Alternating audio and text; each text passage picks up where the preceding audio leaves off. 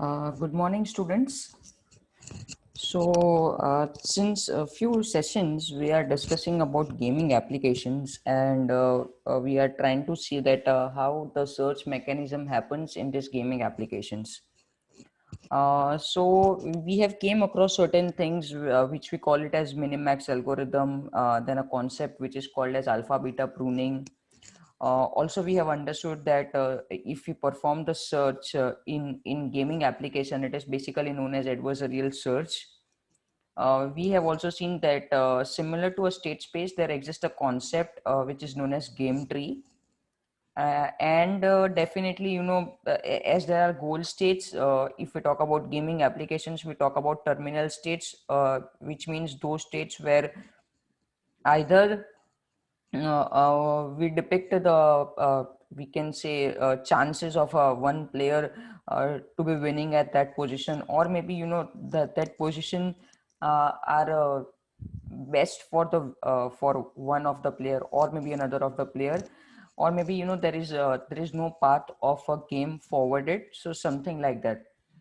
So now yeah, we also have seen that there will be utility values which will be lying into the leaf states or the terminal states, and how they can be back propagated to understand the concept of minimax.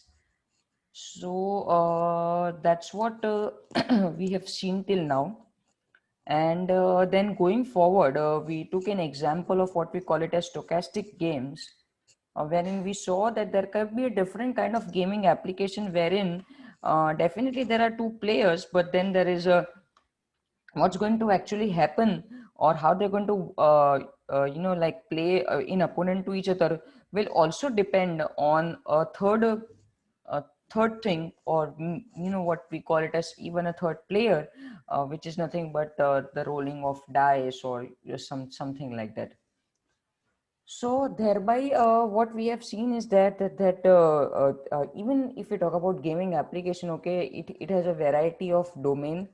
All the games are different from each other, and what what logic and what working we have used for tic-tac-toe will be completely different for backgammon, and then it will be completely different for chess, and so on. Okay, so in today's concept, or in today's session, which is our last discussion on adversarial search, and even our last discussion on what we call it as searching, which we are seeing till now. So what I'm trying to say, I'll summarize it up at the end of the session. Okay, so yeah, today we have to see what are partially observable games and what are state of art game programs, which means we'll be talking about certain applications with respect to gaming, which have become very popular with respect to consideration of artificial intelligence. So, in our previous session, we talked about stochastic games, and today we are going to talk about are there any another kind of games also which do exist. So there is another category which is known as partially observable games. So what exactly it is? Partial observability means the agent does not know the state of the world, or agents act simultaneously.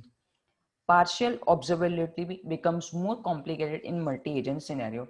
So here we are just trying to say is that that definitely, definitely player is there, definitely environment is there, definitely a scenario is there of a gaming application, but most of the components of the environment are not visible. So let's say if we talk about chess, or if we talk about tic-tac-toe, okay, or if we talk about a board game, basically the environment is completely known. There is nothing which is not visible or which is not observable. So you can have strong sensors and percepts which can definitely detect each and every situation which is available onto the board. So that scenarios basically goes into either observable kind of scenario, and uh, and the thing is that in that see, even if the game tree is going to be vast enough for a chess kind of application, or an observable kind of an application, it is still predictable. The game tree is still predictable, the states are still predictable, because everything is there which is known, and maybe the number of possibilities will be very high, and you have to just decide that which of the possibility I have to use, and which is going to best suit for me. So definitely, using certain algorithms, heuristics and all, it is possible to decide. But now what here we are talking in partially observable games is we are trying to tell that there are certain games wherein some part of the game is not known itself. Okay, so no matter even if you use sensor, then the game is like that. Okay, that certain part of the game is something which you're not going to see. So that's what are partial observable games. Yeah, definitely we're seeing an example. Now what we're trying to say that these thing becomes much more complicated in a multi-agent scenario. So let's say if there is one agent and is facing a partially observable environment. Now the thing which is happening is that there are two agents might be playing with opponent to each other, and they are in partially observable environment. So how basically the concept of minimax will not come over here, only because they don't know that what is going to happen. They are not so that there will be no terminal states as such. Okay, this is not something which will be a fixed kind of game tree, because most of the things are going to uh, uh, get aware when the game is being played, or something like that. Okay, so there are certain things which are not known only. So yeah, in that case also, the decision can be taken on a high probabilistic thing. Okay, how exactly it will work, we are trying to have a brief on it.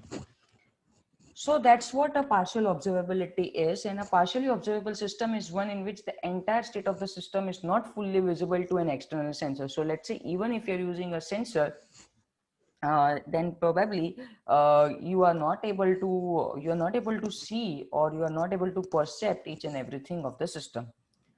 Fine. Going forward, the observer may utilize a memory system in order to add information to observer's understanding of the system.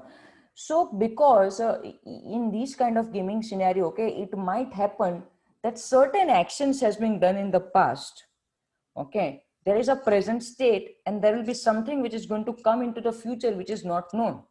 So that's how these kind of partially observable games works. Okay, they work on a concept wherein the actions which are being taken in the past already, the actions which has to be considered at the present moment of time, and there will be certain actions which are going to come into future which are not known actually at current moment of time. So therefore there will be a memory system. So let's say if at all when in future we come to know a percept and we have to take an action, and let's say it has certain dependency on what past action we have taken, then we need to have some storage of what past action we have taken. So that's how these kind of systems are going to work, and that's why they'll need a huge memory system to understand that how they can go about. So now we are given an example of a card game. So there are variety of card games. Okay, various different kind of card games are there which we are already aware of. And even in where we can say our very old systems, okay, we were having an inbuilt card games, okay, which were there. Okay, definitely uh, their perspective was not AI, but we definitely know, okay, what do we mean by a card game. Now whenever there is a card game, okay, then there is something which is known as that some of the cards are always facing down.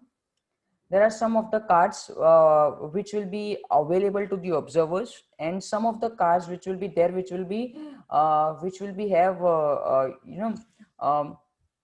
faces which are visible. So there is a pile which is not visible, there will be a pile which will be created which can be visible, and there will be definitely certain cards which either the observer or agent will have from the beginning, or it might keep on collecting these cards from the pile of the cards which are face down, and it may go into the pile of cards which has their faces up. So that's how basically the card games work. Okay, it depends on what exactly on which domain again we are going to create this game. But definitely if we talk about any card game, it will go into a partially observable scenario. So if if this is the kind of a game, then definitely the observer will be able to see their own cards. That is one thing. And potentially those of dealer, okay, let's say, okay, some of the cards which they are putting into a pile of open faces, okay, the observer will be able to see those also. They are not able to see or view the face down cards, nor the cards which will be dealt at some stage in the future. So this is now something which is partial, which is not observable. Okay, so none of the agent will be able to see the cards which are facing down, and nor they are aware about that. Which kind of the cards they are going to basically use, or how they're going to help them to win the strategy of these gaming application, or this game or something like that. So that is going to be the perspective when we talk about a partially observable game. And basically the card games are one of the important example in this.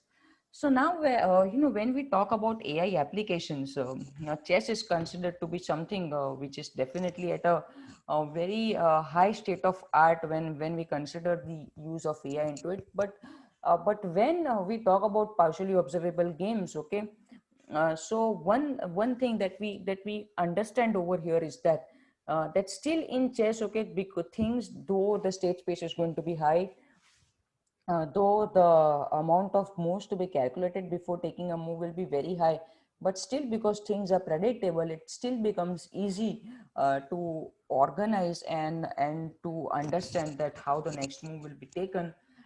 But here, when the environment is totally partially observable, these kind of applications actually become very, very, very difficult to code. And to expect from these kind of applications to have performance measure which is up to their mark is something which is very critical. And thereby they are developed with a different perspective itself. Fine. A memory system can be used to remember previously dealt cards that are now on the used pile. Okay, so as I already told, now like as a user, we know that what is a used pile. Okay, and even if we talk about used pile, the used pile will only show you what is on the top, and then the rest of the cards will be there into its pile. So definitely, you might have to use any data structure, and you have to remember those things, that also, because then definitely what is previously dealt with is also going to help to make the decision further. So these adds to the total sum of the knowledge that the observer can use to make decisions. So that is how taking the consideration of what has happened previously, taking the consideration of what is available at the moment, and taking the consideration of what could be the future possibility of the cards. So these all is actually going to help to make the decision.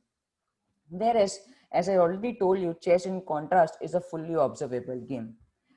So now, because we know that since eras and eras, these kind of games are also played. Okay, so there is an existence of partially observable game which is going since eras. Okay, this is nothing new, and therefore various mathematical models, okay, various algorithmic models are already designed for these kind of gaming applications also. And thereby using those mathematical, we can say, models, we can implement it with the help of AI. And definitely it is possible that AI can become crucial in even these partially observable gaming kind of scenarios. So this term is used in various mathematical settings, including AI, and now one of the major, we can say, decision process, which is Markov decision process. So the decision process, or basically, we can see that there are certain mathematical notations given, certain mathematical formulas given, certain, we can say, algorithmic steps given, which definitely helps to make decision even in this partially observable scenario. So there are people who have researched in this, and there are people who have came out with how to deal with even these kind of gaming applications. Partially observable games has quite different characteristics, and thereby they are completely different from the observable games. Fine, so this is something we can now definitely understand. So if we talk about observable games, so even backgammon can be an observable game, though it has a small characteristic of a stochastic in nature. But because even the rolling of a dice has a certain number of probabilities which is going to be fixed, and it can be any one of them, it still goes into an observable scenario. So in those kind of gaming applications, making use of min max and making use of alpha beta pruning or making use of expected min max becomes definitely easy, but that may not go with a partially observable games. So now, as when we have discussed what are partially observable games, we do understand that AI in gaming itself is something, which is going to be quite big. And there are certain areas which are known as game theory, which we always say it is a prerequisite whenever we want to talk about AI in gaming application. And even in gaming application, there could be variety of games which we could focus on. So let's say if we our focus is on board games, and even in board games, as we have seen, there are variety of board games. So basically everything is going to be completely different, because as we already understand that AI is not having general intelligence, which means we cannot have an AI system which is good in playing chess also, and which is playing good in a card game also, because the working and the knowledge impartment is going to be completely different. So definitely a same AI agent is never ever going to work.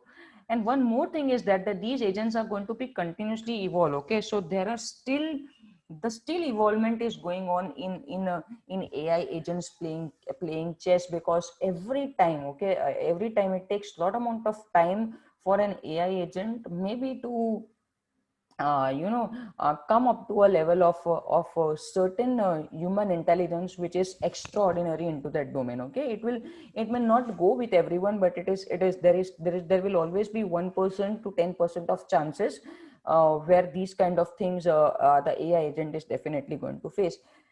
And because its dependency is also more on resources which are available to it, as in how optimization has done, how good hardware it was given, how good memory system it was given, how good algorithms are being implemented it in. So that all will decide how the so let's see, if there are as I have already discussed this example previously, if there are 100 developers coming with AI agents for playing chess, not necessary that all of them may be up to the mark. And that's why we see that even today there are only certain AI agents, okay, which have their remarkable presence when we talk about AI applications. And it is basically a continuous evolvement. There is nothing where it can be stagnant, and it can decide that now it has reached a point of where further nothing more is something which is explorable. Okay,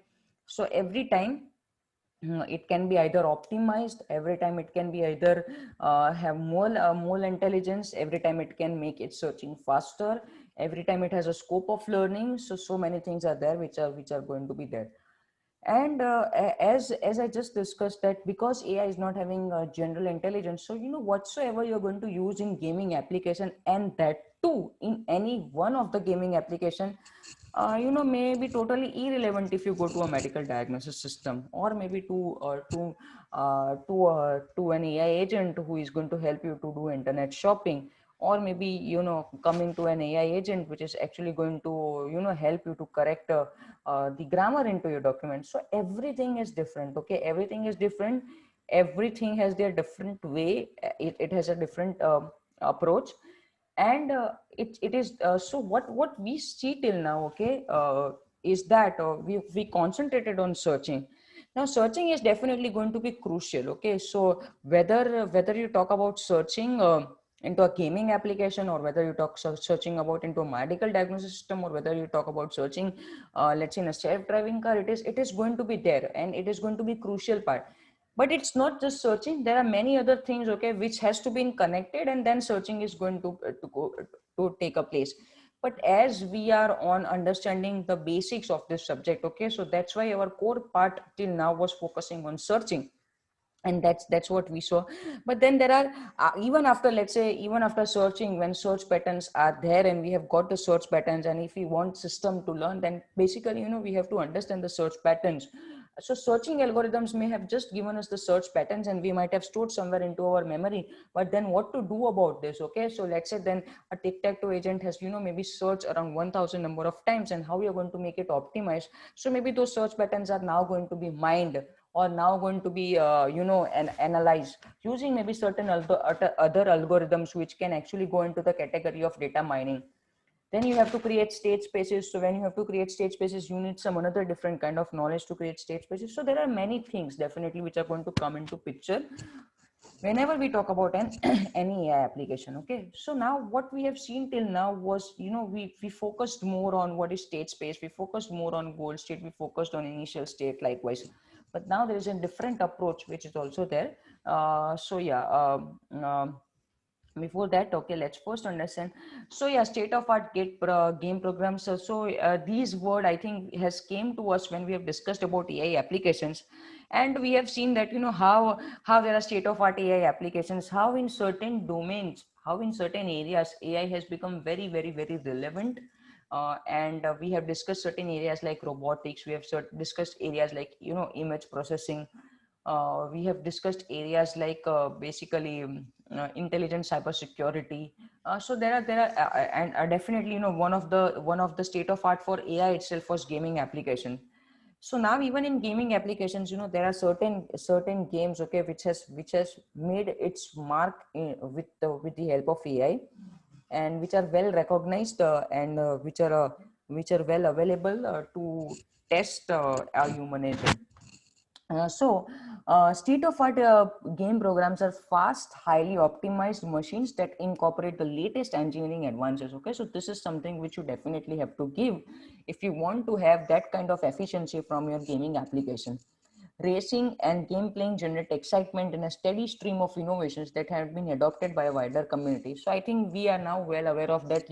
What kind of wider community is there who is always involved into game playing. Okay, there are various games which belong to the state of art game programs. Okay, so some of these games are chess, backgammon, Go, checkers, Othello, and Scrabble. Okay, so these are some of the gaming applications which have been well developed using AI, and they have achieved their state of art into the gaming applications when it is considered to AI. Okay, so yeah, thereby we summarize this, and thereby we summarize the first session, or the first part of what we call it as of AI, that was more focused on searching. But now, to do the same thing, or maybe to do the same thing in a different manner, there is a different. So let's say maybe some of the applications of AI may go into this domain where you are focused on to state space, where you are focused on to goal states, where you are focused on to initial states, where you are focused on using either uninformed search or informed search or local search or something like that. But then and there is altogether a different strategy which is also available, and the only reason is that it is not like that either you can use this strategy or the next one which probably we are going to understand. No, it's not that. It's that it will totally depend upon your domain. Okay, what kind of domain you have selected, and there will be certain domains which will go very good with what kind of strategy which we have learned now. So when I use a word strategy, okay, I'm simply trying to say that we are focusing on something which we call it as search problems, wherein we understand that using sensors we will have some initial states, we will have certain percepts, we will use a algorithm, and which will help us to search on the state space, considering that the state space is also something which is already there. And then we are going to throw an output to the environment using an actuator, and this process is going to go on and on and on until and unless a goal state is achieved. Okay, so that's what. So if in one line, okay, I want to summarize what we have done till now is this. But yeah, we have seen even different techniques at how we can achieve that also. But now, so definitely, even if you talk about any agent, you want that it should suffice your performance measure, and definitely it is going to have an environment, and definitely is going to have actuators and sensors. So the concept of PEAS is going to remain same no matter any agent is there. But then how you are going to suffice the performance measure of that agent? Either you are going to make use of these search strategies that we have learned now, or there is some other alternative way which is also existing, or there is a different way which might be used in different ways is also existing.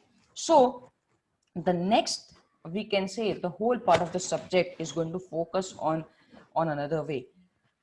So yeah, definitely, I'll clear you these things, okay, once I discuss with you syllabus. So fine, today, okay, we do have seen about what are partially observable games, and we have understood that there are certain games. Basically, if we talk about card game and example, because this is something which we can very well relate to, and we have also seen that there are certain state of art gaming applications. Fine. So thank you all of you.